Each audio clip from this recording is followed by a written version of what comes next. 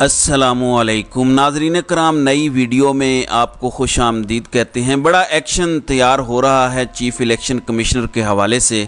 Supreme court का पहले एक फ़ैसला आया था और अब जो इलेक्शन कमीशन ने रिव्यू पिटीशन दायर की थी वो भी खारिज कर दी गई है।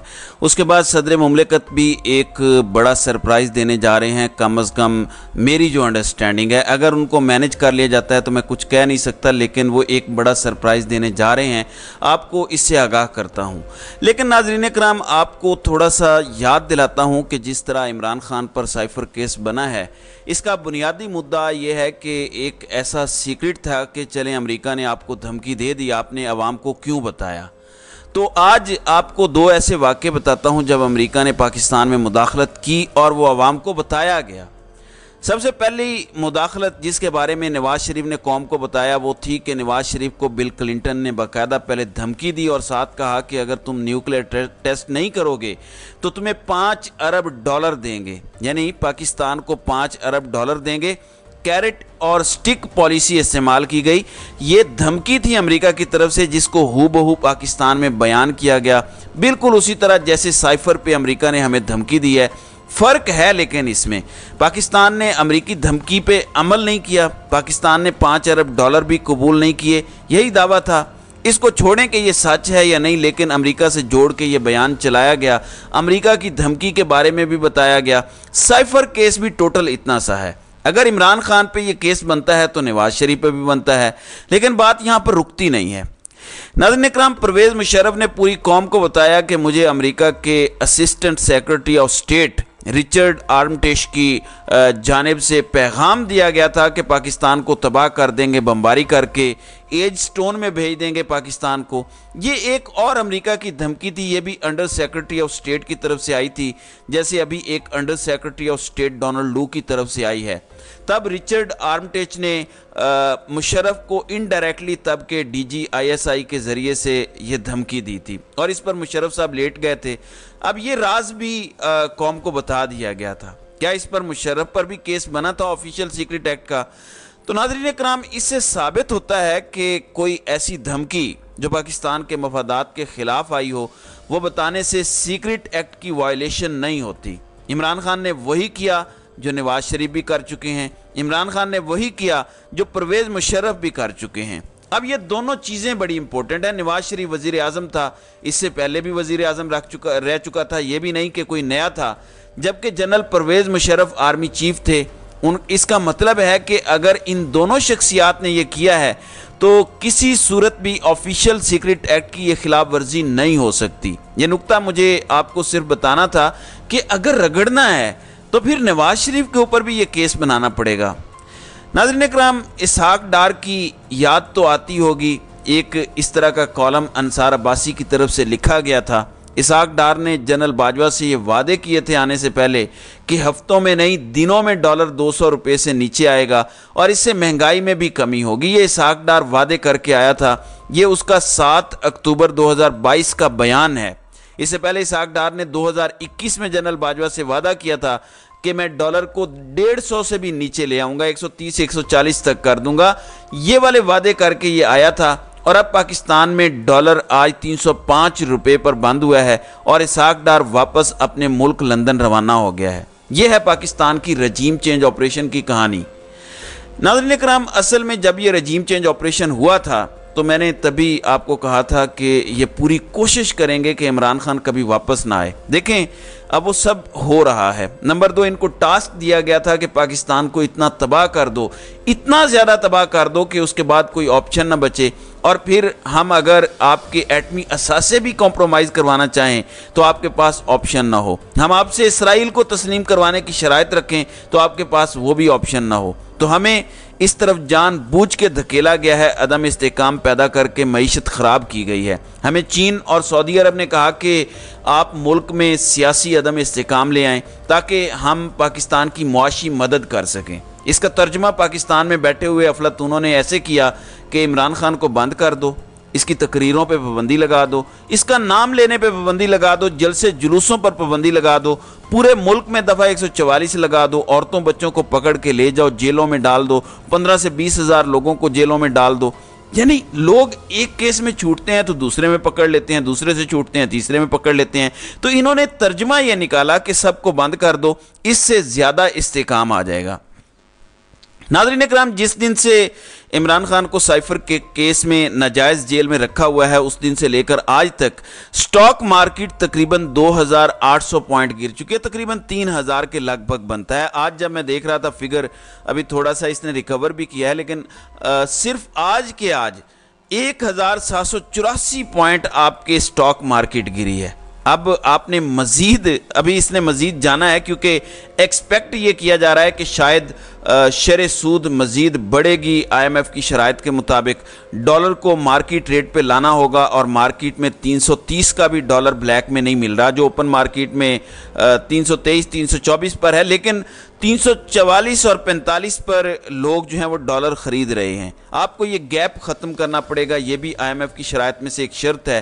اگر آئی ایم ایف رعایت کرتا ہے تو یہ ہو سکتا ہے کہ وہ کہے کہ عمران خان کو آپ جیل میں رکھیں، اس کے بعد ہم رعایت کر دیں گے، لیکن یہ کرنا پڑے گا. اگر انیشیل شرائط مانتے ہیں تو ڈالر بھی اوپر جائے گا، اس وجہ سے بجلی اور مہنگی ہوگی، پیٹرول ڈیزل اور مہنگا ہوگا، گیس اور مہنگی ہوگی، اور اس سے جڑی تمام اشیاء بھی مہنگی ہوں گی.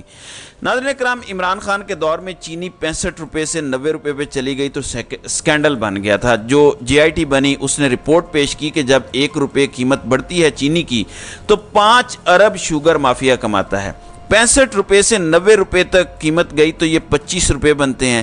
25 کو آپ 5 سے ضرب دیں تو 125 روپے کا یہ فائدہ چینی مافیا کو ہوا. اب 90 روپے سے چینی 180 اور 190 کے درمیان بک رہی ہے. تب 125 کا تھا، اب یہ تقریباً 500 سے 600 ارب روپے کا ٹیکہ جو ہے وہ عوام کو لگا ہے. چینی چور کو جو پارٹی بنا کے دی گئی ہے اس نے پیسہ تو ادھر سے نکالنا ہے، لوگوں کو جو خریدنا ہے اپنی پارٹی میں ڈیڈ ہارس میں شامل کرنا ہے، تو پیسہ تو پھر قوم سے ہی نکلے گا نا. تو کتنے لوگ چینی چور ہیں. فرزند شہباز، اس کا چینی کا بزنس ہے، معروف چینی چور کی سب سے زیادہ ملیں ہیں. پھر زرداری خاندان کی اپنی ملیں ہیں اومنی گروپ کے انڈر. اور اس طرح کے لوگ اور مافیاز سارے ہی اگر آ جائیں گے تو ظاہر ہے مال بنائیں گے. تو مال پانی بھی زبردست عوام کی کاسٹ پر بنایا جا رہا ہے. 20 دن ہو گئے ہیں کیئر ٹیکر حکومت کو آئے ہوئے اور پی ڈی ایم کی حکومت کو ختم ہوئے. آٹے کا سکینڈل بھی آ چکا ہے، کم از کم 30 ارب کا جو ہے وہ یہ سکینڈل ہے. چینی کا سکینڈل آ چکا ہے. تو جو انہوں نے عمران خان کی حکومت پر الزامات لگائے تھے وہ کئی گنا بڑھ کے ان کے اپنے اوپر آ چکے ہیں. آپ دیکھیں گے کہ پچھلے کیسز جو ان کے معاف ہوئے ہیں، یہ این آر او ریورس نہ بھی ہوا تو بھی انشاءاللہ جب عمران خان کی حکومت دوبارہ آئے گی یہ نئے کیسز میں پھنسیں گے اور یہ سارے جیلوں میں باقی زندگی گزاریں گے، اور یہ انشاءاللہ آپ کو ہوتا ہوا نظر آئے گا. اللہ تعالیٰ کے ہاں دیر ہے اندھیر نہیں. ناظرین اکرام، اب میں آپ کو بتاتا ہوں کہ تحریک انصاف نے ایک اعلامیہ جاری کیا ہے. پہلے ہم جلدی یہ پڑھتے ہیں. تحریک انصاف کا الیکشن کمیشن آف پاکستان کے خلاف توہین عدالت کی کارروائی کا فیصلہ. دستور اسمبلیوں کی قبل از وقت تحلیل کی صورت میں الیکشن کمیشن کو 90 روز میں الیکشن کے انعقاد کا پابند بناتا ہے. سپریم کورٹ نے مفصل سماعت کے بعد 90 روز میں انتخابات کے دستوری حکم کی تشریح کی اور الیکشن کمیشن کو 14 مئی کو پنجاب میں انتخابات کے انعقاد کا پابند بنایا. الیکشن کمیشن نے آئین کی منشا اور عدالت عظمیٰ کے حکم پر عمل کی بجائے انتخابات کو غیر معینہ مدت تک التوا کی نظر کرنے کا مجرمانہ قدم اٹھایا. سپریم کورٹ نے معاملے پر اپنے تفصیلی فیصلے میں الیکشن کمیشن کے مجرمانہ کردار کی شرح سے وضاحت کی. نظر ثانی درخواست پر سماعت کے دوران بھی الیکشن کمیشن اپنے خلاف آئینی اقدامات پر عدالت کو مطمئن کرنے میں مکمل ناکام رہا. عدالت عظمیٰ کے 4 اپریل کے فیصلے کے خلاف الیکشن کمیشن کی نظر ثانی درخواست کا سپریم کورٹ سے اخراج فی الحقیقت الیکشن کمیشن کے خلاف فرد جرم ہے. قومی اسمبلی کی تحلیل کے بعد الیکشن کمیشن کی جانب سے اب قومی انتخابات کے باب میں آئین سے انحراف کا ایجنڈا قوم پر عیاں ہے. ملک میں صاف شفاف انتخابات کے انعقاد کے ذمہ دار ادارے کی جانب سے دستور سے مسلسل انحراف اور شہریوں کو ووٹ کے بنیادی حق سے محروم کیے جانے کا سلسلہ بند ہونا چاہیے. چیف الیکشن کمشنر اور اراکین کے خلاف سپریم کورٹ میں توہین عدالت کی درخواست دائر اور ان کے کڑے محاسبے کی استدعا کریں گے. تو ناظرین اکرام، تحریک انصاف اب توہین عدالت کی درخواست لے کر سپریم کورٹ جا رہی ہے. اس کو ذرا انڈرسٹینڈ کر لیں کہ اب تحریک انصاف کے پیچھے سپریم کورٹ کا اپنا فیصلہ موجود ہے. یہ فیصلہ پوری طرح سے الیکشن کمشنر کو جو ہے وہ ذمہ دار ٹھہراتا ہے آئین توڑنے کا. कोर्ट के ऑर्डर की हुक्म अदूली करने का पूरी तरह से जिम्मेदार तफसीली फैसले में लिखा हुआ है कि इलेक्शन कमीशन है। इसके बाद ये ओपन एंड शट केस है, इसको काजी फायज ईसा जैसा बंदा भी नहीं संभाल सकेगा। बेशक चीफ जस्टिस उमरता बंदयाल जाते जाते कोई इस पे फैसला ना कर सकें, लेकिन अगर वो बेंच बना के चले गए तो बेंच जब तक खुद ना टूटे इवन चीफ जस्टिस भी कुछ नहीं कर सकता। तो अगर हलाल खाने वाले चंद जजेस, जो कि उमरता बंदयाल को यकीनन पता होगा कि जो सुप्रीम कोर्ट में जजेस हैं उनमें से हलाल खाने वाले कौन से हैं, 5 जजेस का बेंच बना के तौहीन अदालत की कार्रवाई अगर स्टार्ट करवा दें तो चीफ इलेक्शन कमिश्नर अगले इलेक्शन से पहले पहले तौहीन अदालत में फारिग हो चुका होगा और पाकिस्तान एक करप्ट शख्स से निजात पाएगा।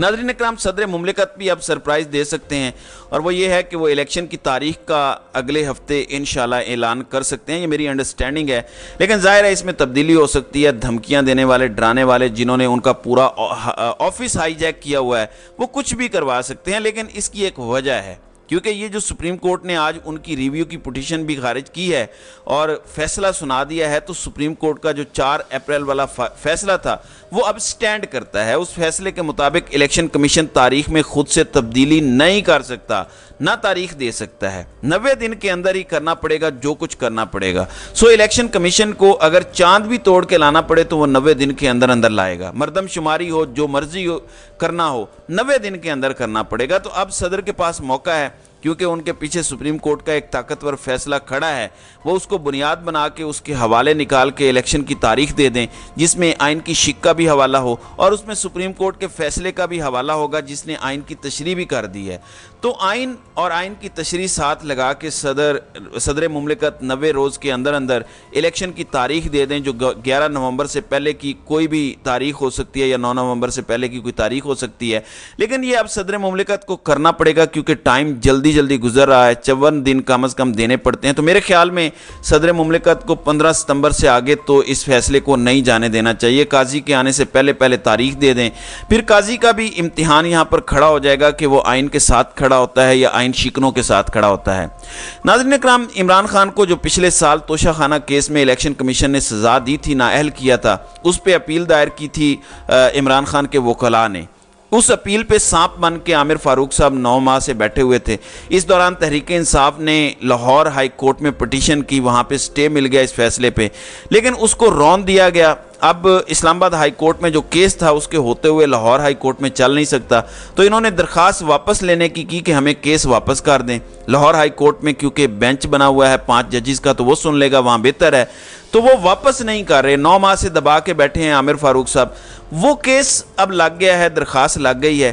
क्या आमिर फारूक उस पे सुन के फैसला देंगे या लाहौर हाई कोर्ट की तरफ चला जाएगा? क्योंकि लाहौर हाई कोर्ट से अगर वो फैसला सस्पेंड हो जाता है तो इमरान खान की तोशा खाना केस की सज़ा भी ख़त्म हो जाएगी, क्योंकि अगर वही फैसला सस्पेंड हो जाएगा, वही आइन और कानून के मुताबिक नहीं रहेगा, तो उससे जन्म लेने वाला अगला केस भी ऑटोमेटिकली ख़त्म हो जाएगा। सो इमरान खान की नाअहली ख़त्म हो जाएगी बुनियादी तौर पर, और इमरान खान को जेल इतना नुकसान नहीं पहुंचा सकती जितना उनकी नाअहली के ज़रिए उन्हें नुकसान पहुंचाने की कोशिश है, क्योंकि वह इंतखाबी सियासत से आउट हो जाएं। तो ये बड़ा इंपॉर्टेंट है कि इस केस का फैसला जल्द से जल्द आए। तो नाज़रीन इकराम, आपकी इस वीडियो के हवाले से क्या राय है? आप अपनी राय का इजहार कमेंट सेक्शन में ज़रूर कीजिएगा।